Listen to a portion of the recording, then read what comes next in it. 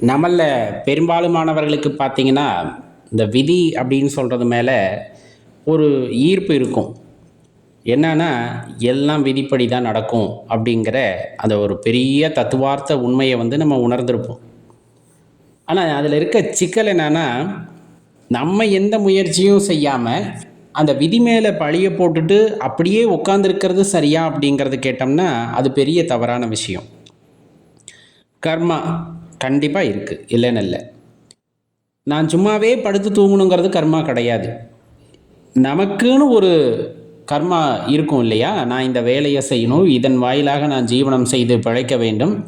இதன் வாயிலாக நான் மற்றவர்களுக்கு உதவ வேண்டும். எனது தாய் தந்தையரை காப்பாற்ற வேண்டும். வருங்கால சந்ததியர்களுக்கு அவர்களுக்கான வழிகாட்டுதலை சரியா செய்யணும். இதெல்லாம் கர்மா.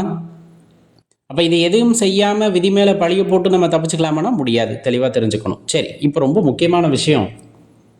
இந்த பிரபஞ்ச பேராற்றல் அப்படிங்கிறதுக்கு நியதி இருக்கா? அதுக்குன்னு ஒரு நோக்கம் இருக்கா? அப்படின்னு ஒரு பெரிய கேள்வி கேட்கப்படும். தெளிவா யோசிச்சு பாருங்க. நமக்கே ஒரு நோக்கம் இருக்கு. நமக்கே ஒரு நோக்கம் இருக்கு. ஆ, நம்முடைய நோக்கம் என்ன அப்படின்னு பார்த்தோம் அப்படின்னா, வாழ்க்கையில ஒரு உயர்ந்த, ஒரு உன்னதமான இடத்திற்கு செல்ல வேண்டும் அப்படிங்கிறது ஒருத்தருக்கு நோக்கமா இருக்கும். ஒருத்தருக்கு ஒரு 500லேருந்து 1000 கோடி சம்பாதிக்கணும் அப்படிங்கிறது நோக்கமா இருக்கும். ஒருத்தருக்கு தான் எவ்வளவு சம்பாதித்தாலும் அந்த சம்பாதித்த காசுல பெரும்பகுதியை இயலாதவர்களுக்கு கொடுத்து உதவ வேண்டும் என்பது நோக்கமா இருக்கும். இந்த மாதிரி பல்வேறு வகைகள் அடுக்கிட்டு போலாம். இதுல நீங்க எந்த ரகம் அப்படிங்கிறத நீங்க யோசிச்சுக்குங்க. இது நம்முடைய நோக்கம். இந்த நோக்கத்தை மனதில் கொண்டு ஓடுகிறார்கள் அப்படின்னா அவர்கள் கட்டாயமா அந்த நோக்கத்தை அடைய முடியும். தெளிவா தெரிஞ்சுக்கணும். அது எந்த நோக்கமாக இருந்தாலும் சரி, அதனை அடைய முடியும். இது எவ்வாறு அப்படின்னா, ஏன்னா எல்லாத்துக்கும் நோக்கம் இருக்கு. எல்லாத்தோட நோக்கமும் வந்துட்டு வெற்றி பெற்று விடுகிறதா அல்லது அடைந்து விடுகிறார்களா அப்படின்னா, அதுல தடுமாற்றங்கள் இருக்கத்தான் செய்கிறது. சில பேர் அவங்களுடைய நோக்கம், குறிக்கோளை வந்து அடைந்து விடுகிறார்கள். சில பேர் பாதி வழியில நின்றாங்க. சில பேர் ஆரம்பிச்ச இடத்துலயே நின்றுவாங்க. இது ஏன் அப்படின்னு கேட்டா, பிரபஞ்சத்துக்கு ஒரு நோக்கம் உண்டு. அந்த பிரபஞ்ச நோக்கத்தோடு இணைந்து நீங்கள் செயல்படும் போது உங்கள் நோக்கம் வெற்றியடையும். தெளிவா புரிஞ்சுக்கணும். இதுதான் வந்துட்டு இந்த லா ஆஃப் அட்ராக்ஷன் அப்படி இப்படின்ட்டு நிறைய வார்த்தைகளை பயன்படுத்தி ரொம்ப அழகா சொல்லுவாங்க. பிரபஞ்ச நோக்கம் அப்படின்னு உதாரணத்துக்கு அடியேன் சொல்றேன் அப்படின்னா, பிரபஞ்ச நோக்கம் அப்படிங்கிறது இன்னொரு 10 வருஷத்துல நிறைய பிராணவாயு இந்த பூமியில நிறைய நிறைந்திருக்க வேண்டும் அப்படிங்கிறது பிரபஞ்ச நோக்கம். அப்ப அதோடு இணைந்து செயல்படுதல் அப்படிங்கிறது, நான் வந்துட்டு மரணிக்கிறதுக்குள்ள எனக்கு தெரிஞ்சு 1,00,000 மரக்கண்ணை நான் நடணும் அப்படிங்கிறது பிரபஞ்ச நோக்கத்துக்கு அப்படியே துணையா செல்லக்கூடிய எனது நோக்கம்.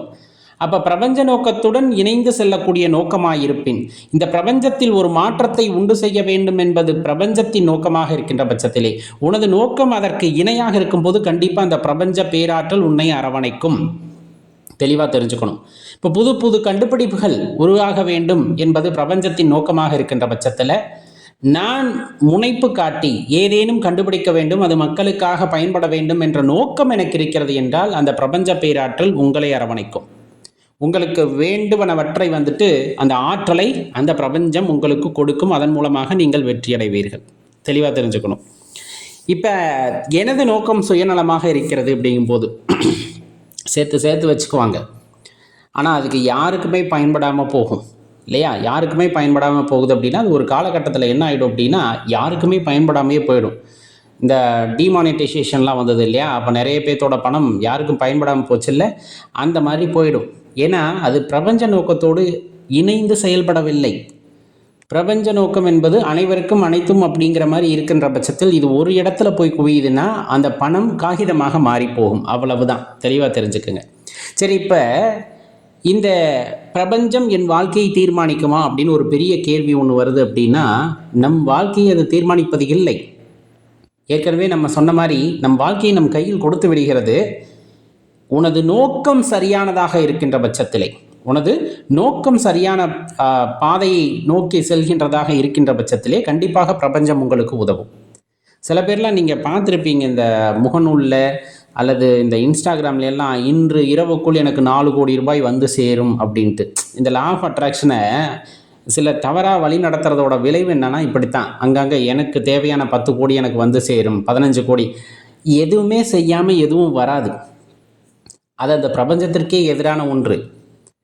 பிரபஞ்ச நோக்கத்துடன் இணைந்து நாம் பயணிக்கும் பொழுது நாம் என்ன நோக்கத்திற்காக செல்கின்றோமோ அந்த நோக்கம் நம்மை வந்து அடையும் அப்படிங்கிறது தான் அசைக்க முடியாத விஷயம்.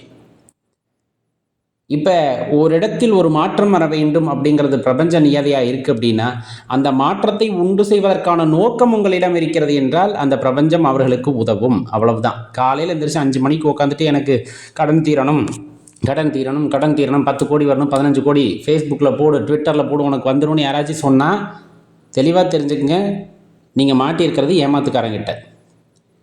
உங்களுடைய நோக்கம் எவ்வாறு இருக்க வேண்டும்? நான் எனது ஆற்றலை நான் அதிகரித்துக் கொள்ளப் போகின்றேன், எனது ஆற்றலை எனது கல்வியில் நான் மேம்பட்டு வரப்போகின்றேன், புது புது கண்டுபிடிப்புகளை கண்டுபிடிப்பதற்கான தகுதியை நான் வளர்த்து கொள்ளப் போகின்றேன், அதன் பிறகு அந்த கண்டுபிடிப்புகளை கண்டுபிடித்து மக்களுக்கு நான் கொடுக்க போகின்றேன். அப்படிங்கும் போது உங்களையும் நீங்கள் வளர்த்து கொள்கிறீர்கள். அதே போல பிரபஞ்ச நோக்கத்திற்கும் நீங்கள் இணையாக செல்கிறீர்கள் அப்படின்னா அது கிடைக்கும்.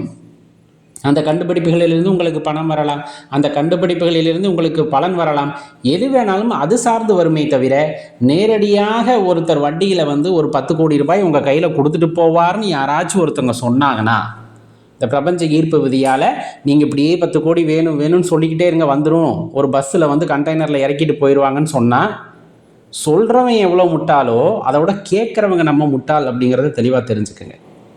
உழைப்பு வேண்டும், உழைப்பிற்கு ஈடான நம்பிக்கை வேண்டும், அதற்கு தகுதியானவர்களாக நம்மை நாம் மாற்றிக்கொள்ளுதல் வேண்டும்.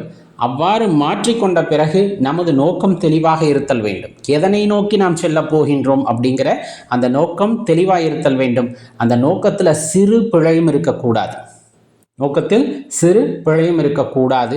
அது மனித சமுதாயத்திற்கு எதிரானதாகவும் இருக்கக்கூடாது. மனித சமுதாயம் அடியே குறுக்களை இந்த படைப்பிற்கு எதிரானதாகவும் இருக்கக்கூடாது. அவ்வாறு இருக்கும் பொழுது உங்கள் நோக்கம் அழிக்கப்படும், உங்கள் நோக்கம் தவிடுபொடியாக்கப்படும். தெளிவாக தெரிஞ்சுக்கங்க, நீங்கள் எவ்வளவு கடின முயற்சி செய்திருந்தாலும் இயற்கைக்கு எதிராக உங்கள் நோக்கம் இருக்கிறது என்றால் இயற்கை உங்களை அழிப்பதற்கு கொஞ்சம் கூட தயங்காது. இயற்கைக்கு இணையாக, அந்த இயற்கை கொண்டுள்ள நோக்கத்திற்கு இணையாக நீங்கள் பயணிக்கிறீர்கள் என்றால் உங்களை நொடி பொழுதில் தூக்கி விடுவதற்கும் அந்த இயற்கை தயங்காது. மேலே உச்சத்தில் கொண்டு போய் உட்கார வச்சுட்டு போயிடும், உங்கள் நோக்கம் அதற்கு ஈடானதாக இருக்கின்ற பட்சத்தில். அவ்வளவுதான். அப்போ தெளிவாக புரிஞ்சுக்குங்க, லா ஆஃப் அட்ராக்ஷன் இருக்கா? இருக்குது. எப்படி?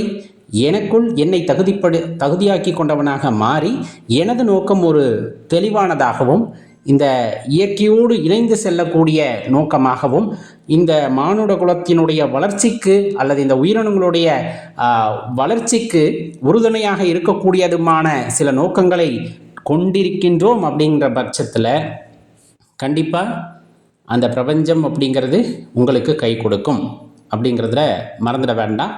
யோசிச்சு பாருங்கள், உண்மை புரியும். நன்றி, வணக்கம்.